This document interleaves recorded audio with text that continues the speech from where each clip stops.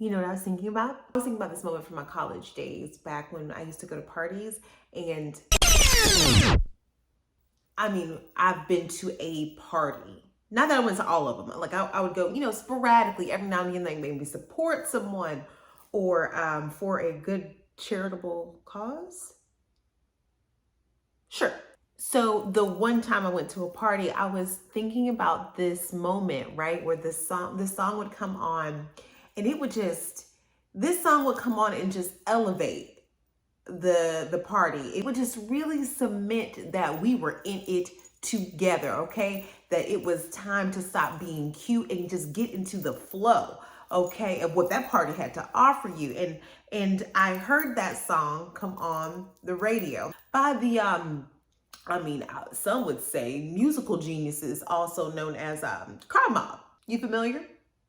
Yes, that song came on in the car. You know what song it is if you also went to a party here and there in your college days. But that song came on and I was just overwhelmed with excitement for two reasons. The first is the hits. All right, that song right there is amazing to this day. Classics, you know what I'm saying? Because that definitely is one. It's a masterpiece, if you will. Second reason why I was oh so excited was because I now get to participate more fully in what the song was talking about. I know you know what part I'm talking about, huh? Huh? It goes a little something like this. I come to the club, shaking my dreads, throwing these bows and busting these heads.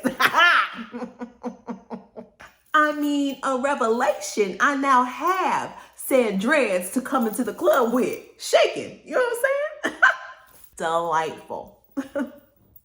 The joy in my soul. Oh, yes. And don't be mistaken, okay? Crime Mob was really telling us in that eloquent soliloquy, Nuck if you buck, that I just won't stand for anything. I'm a child of God, okay? I will stand up for myself, for my rights, for my space. I get to own the space that I'm in. If you choose violence, well, that's you who crossed that line. There is a word in that. Nuck if you buck, rough, figure stuff. No, it's enough. I mean, you gotta search a little bit, like dig deep, but it's in there. It's in there, for sure. Nuck if you buck. Look at that. Shaking the dress. Not in a club these days, though. More like a nice dinner. Okay, I'll come in there. Church when we get this COVID thing out of here, the panty. That is what Nuck if you buck is truly about. You see what I'm saying? Is that a stretch? All right. I'm gonna say this. Getting a fresh retighten when you first get your locks done and your grid is looking amazing is a lot like I used to feel when I would get like a silk press or before we all got back to our roots, literally speaking, and we were all on that creamy crack and I would get a fresh relaxer, that thing would be laid. You know what I'm saying? And all of a sudden everybody wants to look both ways when they cross the street. Like, I'm sorry? Is it a car? Oh my God. Hi, nice to meet you. Shan. My name's Shan. Some of my friends call me Shan. I'm sorry, I didn't get your name. Great, how's your day going? You doing all right? Me too. Childish, I know. But I will say this. The moment I get some real hang time, the moment I can do like a ponytail, ooh, don't mess around and get me to the point where I got an actual high bun. Sick of me, okay? I'm gonna be sickening, okay? And just accept it now. And it's growing. So see, look, it's low key to my neck, which is essentially to my shoulder blades. So probably by, I would say for sure, Christmas is gonna be waist length, and then I'm really gonna be just teen too much, okay? Ready? It's gonna be sick. Sickening. Hey y'all, it's your girl Shannon Ray. Nuck if you buck, ride. Well, I'm a gato and pistol whipping. I don't really think this is the right spirit for this video. Welcome to my YouTube channel. If you are new here, I am a Christian woman, despite what you might have just heard, who is really interested in just continuing to grow with Christ, to create a community where we can talk about what we've learned, what we've seen, what we've experienced, and how Christ has shown up in all of those places and areas. If you like what you see or what you hear, be sure to hit the like and subscribe button. We have a lot of things coming in the end of the year and the new year that I think you're really going to appreciate. You don't want to miss it. More rapping for sure, but we'll do it. We'll do some original compositions, some cleaner versions for sure.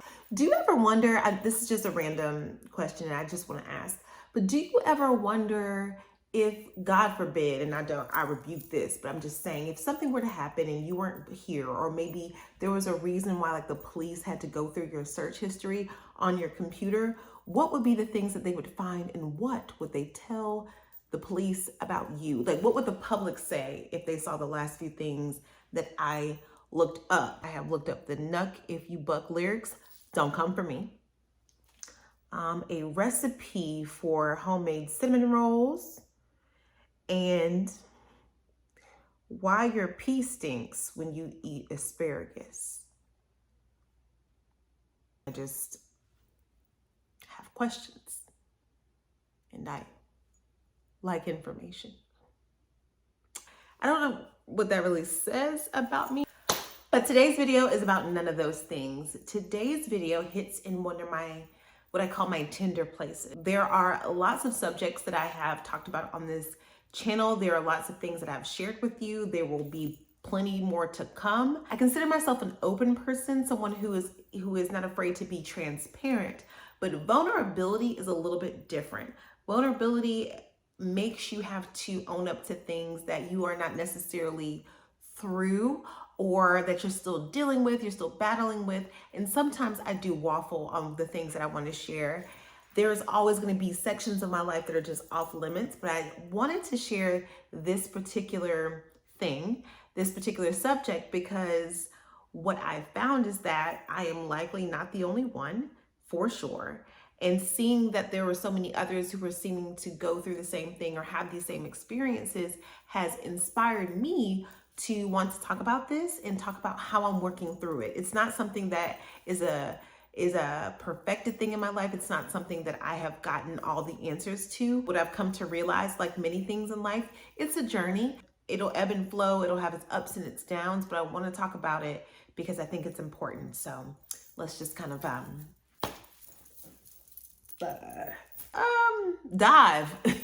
Let's dive in.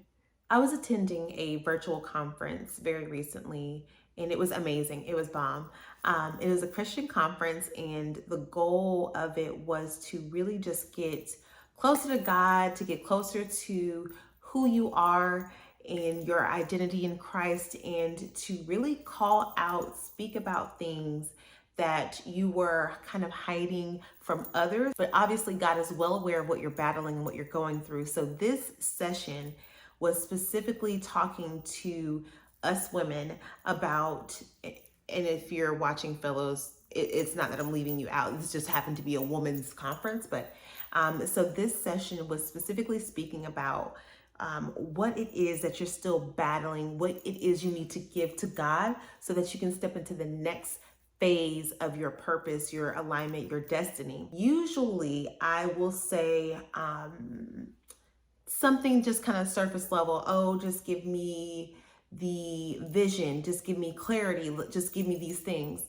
To be honest with you, I spent a whole year praying for those very things, vision, clarity, and I've received them.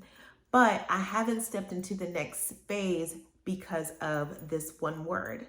And so when they asked us to kind of come up and speak about what's going on, and I say come up kind of in a virtual sense, meaning just put in the chat what the word is, what the thing is that you're still kind of grappling with and still working with God to work through. I was amazed that not only was my word the same issue for so many other people, but that it eventually started reverberating around the entire conference. Session after session, this same theme kept coming up. Session after session, people were coming and speaking about how they were struggling with this one particular thing. Guess what the thing is? No. Confidence. people were struggling with confidence. Here's the thing. I consider myself in a healthy balance of my confidence level. Like, I'm aware that I have good skills. I'm aware that I bring value to situations. I'm aware that my opinion matters. I feel pretty good about the skin I'm in. I, have things I want to work on. Everybody in the world wants to lose weight or gain weight. Everyone has things in their body that they want to change or improve. But I'm not in a place where I feel devalued by not being at my best top physical performance or having my locks not quite at the length that I want them to be yet. But there is a part of me that struggles with the confidence to do the things that God has told me to do. And it's so strange when I think about it, because literally anything that I've ever been asked of God to do and I've done it, it's always worked out.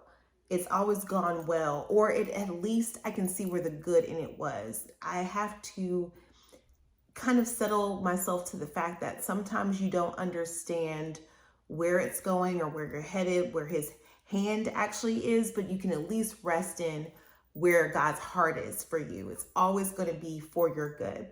So even going to this conference was a part of me trying to work on the confidence to step out in faith, to step out in power with what he wants me to do.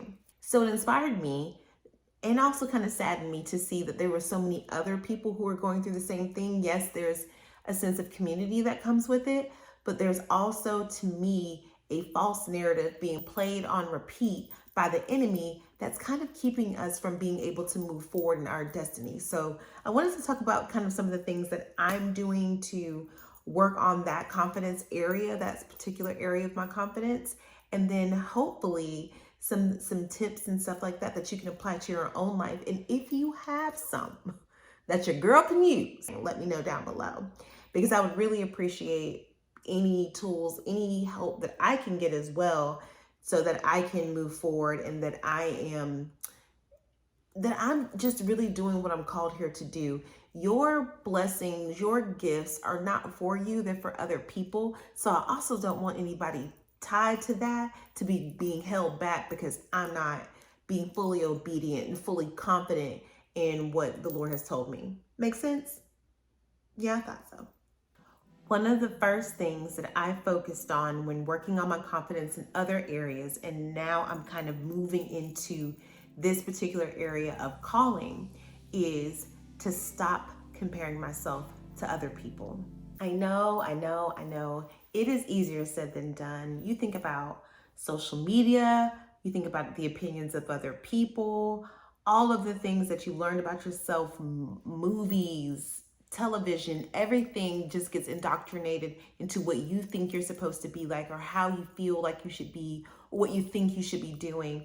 Even well-meaning people who actually love you, like your parents or your friends, your siblings, they even kind of feed into what your expectations of yourself should be, what they think that you should be doing with your life. And so it kind of puts you at a pause for moving into what it is that God says about you. It's so easy for me to say, just listen to what God says about you. But to be honest with you, sometimes I struggle with some of that outside stuff too. But it's all noise, and we have the chance to kind of navigate how we work through that noise. One of the things that I do when I think about social media and how that kind of influences me, I will unfollow people left and right. We are looking at highlight reels all day, every day. And I'm one who's like that too. I don't want you to come to my page and find negativity. I want you to come to my page and feel good. I want you to come to my page and maybe laugh. I want you to come to my page and maybe even feel inspired. So I recognize that it's a curated thing. And most people are like that too, but they might not admit that same thing. So if I'm seeing stuff that doesn't kind of feed me in the way that it should, if it doesn't make me happy, if there's a lot of negativity, I don't feel myself encouraged to continue to follow them. I don't want to be looking at something that's going to make me feel bad about myself because you're not telling the truth of your circumstance. I can control me, can't control you. So unfollow, block, mute, all of those things, they're a gift. They're a tool. Use them. And I do the same thing with everything else, with television, with media, and with friends or family. There are things that I am working on or things that I'm doing that not everybody knows about. And it's not because I don't trust some of these people. Some of it is more to do with, I don't know that you understand my vision. I want to protect it. I don't know that you understand my goals or might support my goals in the way that I need you to, so I have to protect them. There are some people who deserve to see what happens once the credits roll, and there are some people that you want as a part of your production meetings. There, you just have to know the role of those around you and act accordingly. Kind of getting your environment in line with what you want to do is one of the main things I do to stop comparing myself to other people. What I'm working on more and more is really understanding my identity in God, and spending time with Him is the way to do that. Making sure that you're spending all the time that you can to further understand Him and His character and who He has called and made you and shaped you to be can really help you get a little bit more anchored in who He has decided you to be, rather than focusing on what you're hearing other people say about you. The second thing that I've been working on, and I think this is imperative when it comes to your confidence, is practicing positive self-talk. There's something about saying good things about yourself out loud that I really think brings some power back to how you feel about yourself and how you see yourself. I went through this phase where on mirrors, especially my bathroom mirror, because I would go in there every single day, where I would put post-it notes on that said something about myself. And I was doing this at a time right before I actually kind of threw my name in the hat for the promotion that I got at the beginning of this year. But I was putting just words of affirmation about being a powerful woman, being a woman who has a voice, being able to speak up, because I was coming out of something that kind of threatened all of that. So I needed to rebuild myself. I needed to fill up my tank. Speaking positively about yourself to yourself can really change the way that you think. And when you get into the mindset of actually thinking a thing, what you think, you become. Surround yourself with positive people. People who speak life into you, people who celebrate you, people who are happy with who you are, people who aren't afraid to push you to be better than you are even in that moment, while still loving you in the present. Surround yourself with positive people.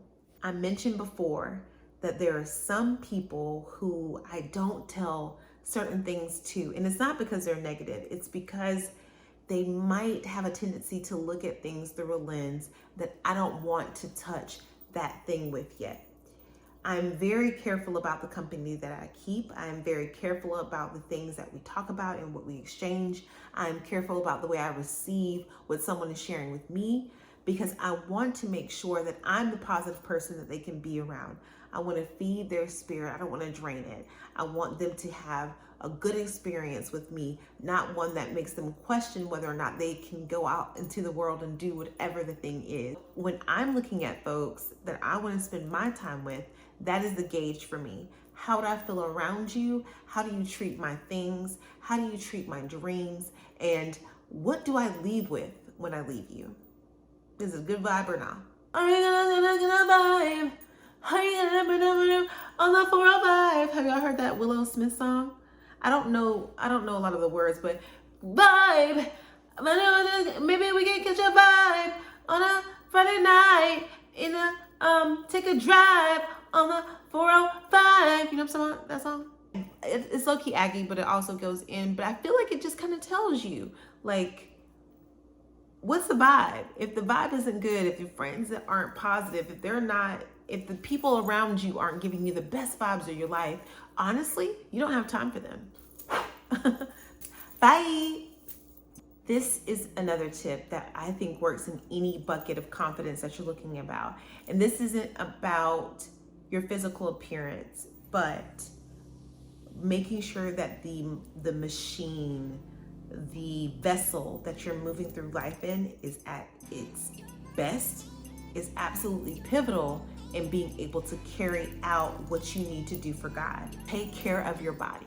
That's getting enough water so your brain can function correctly and everything else. That's getting enough sleep so that you're rested and you can actually go out and do the thing. That's making sure that you're moving your body, that you're being physical, that you're getting all the energy that you need to, that you're taking walks, you're getting some sun, you're getting the vitamin D to make sure you're doing what you need to do so that you are able to advance the kingdom of God, that you're able to step into whatever it is that you need. I heard someone ask in prayer that God would shave 10 years of age off of their life. That not that they would lose their life, not that they would leave this world early, but they would be in a body that felt younger, that operated younger, so that they could do more for the kingdom of God. And I loved that prayer. I love the specificity around it, because what they want to do is be at their best so that they can do exactly what God has asked of them and do it at the top, like they do it to the best of their ability. And that's what we should all be doing. Feeding ourselves, not just because we love the popcorn and the candy and the chips, but because we want to put things in us that will allow us to move in longevity. Taking care of yourself is essential to building that confidence. When you feel good, you are able to perform at the optimum level. So take care of yourself. You deserve it. You do. I've got confidence, so much confidence in you, and you, and you, and you too. You're welcome. This last tip is like my secret sauce a little bit. It is. I have a list of things that make me uncomfortable in my mind. I didn't actually write it down, but things that are something that are outside of my comfort zone, something that takes a level of either expertise to do, a level of courage to do, a level of strength to do, whatever it might be. Maybe that's speaking in front of someone, maybe that's pitching a new idea to your boss, whatever it is for you. I have found that taking the small step to do these smaller things have allowed me to build up my confidence. So by conquering my fears and starting small, I'm able to kind of work my way up into some of the bigger things. Well, this worked. I tried that, was nervous about that, but that was good. Maybe I have to do it more than once. Maybe I have to go at it a couple of different ways, but I kind of use those as stair steps to get myself to the place that I want to be. So pick a fear, face a fear, and then move on to the next thing. And so why does this all matter? Why is it something that is so emblazoned in my mind? I think that for me, it's multi-level, right? It's multi-layered, right? When you're confident, when you move in confidence, there are a lot of really positive things that can happen. You are able to choose better for yourself, whether that be a partner, whether that be your job, whether that be your friend, whatever it might be for yourself. Maybe you don't have this extra drink. Maybe you don't choose to have this second helping of food, a second portion of food. You are able to make choices that benefit you better. You treat yourself better. You're able to treat other people better when you have confidence, because you're moving from a different place. You're pouring from a fuller cup. You're able to support other people and bring them up because of the confidence that you've done. You're able to bust down walls. Your gifts, like I said, are attached to other people. Confidence is a gift. Confidence is something that can be modeled for others and allow them to find it within themselves. So it does matter. And I thought it was really important to talk about it today, especially when I saw all of these other women and men who were talking about struggling with this very thing. If it wasn't important, it wouldn't be attacked like that.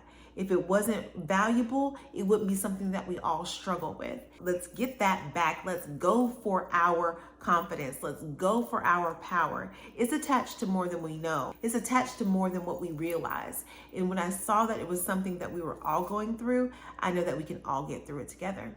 Your ways are higher. Your thoughts are deeper. I better get out of God's way and get some confidence, all right? I hope y'all enjoyed today's video. I hope that you take the time to dig into what it is for you that's keeping you from moving into the next level of your season, the next level of your calling, your purpose with God. Maybe it's not confidence. Maybe that's not a place that you struggle with. My hat's off to you. Whatever it is, address it, think through a strategy to get through it, you might not ever completely get rid of it. We might struggle with confidence in other areas. We might excel in our career and feel very confident there, but not confident in relationships. There is purpose, assignment, and attachment to all areas of our life. So wherever it is that you need that extra boost, that extra help, be sure to take it for yourself. Hope you liked today's video, and if you did, holla at your girl. You go and hit that like and subscribe button, okay? Because we're practically besties, so you absolutely should do that. I can't wait to see you on next week's video. I can't wait to dive in a little bit deeper to a subject that is also a tender spot, but it's a little bit heavy, but in a good way. We're gonna talk about it with light and love and laughter like I normally do. But I'm really curious to hear your thoughts on that as well. As always, I would love to hear from you. So be sure to DM me at Hey Shannon Ray on Instagram and everywhere else. I look forward to hearing from you, and bye.